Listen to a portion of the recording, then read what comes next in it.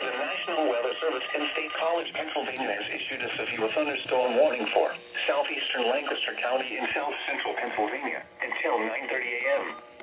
At 9:04 a.m., a severe thunderstorm was located over Strasburg, moving southeast at 35 miles per hour. Hazard, 60 miles per hour wind gusts and penny-sized hail.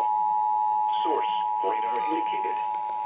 Impact, expects damage to roofs. The National Weather Service has issued a severe thunderstorm over Lancaster County, Pennsylvania, effective until 9 p.m. The National Weather Service include miles per hour, Gordonville, 60 miles per hour wind gusts and penny-sized hail. Interior room on the lowest floor of a building.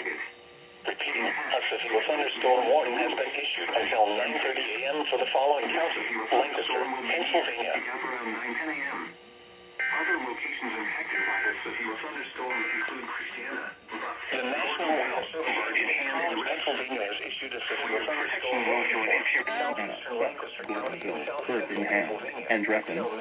Precautionary/preparedness actions for your protection. Move to an interior room on the lowest floor of a building.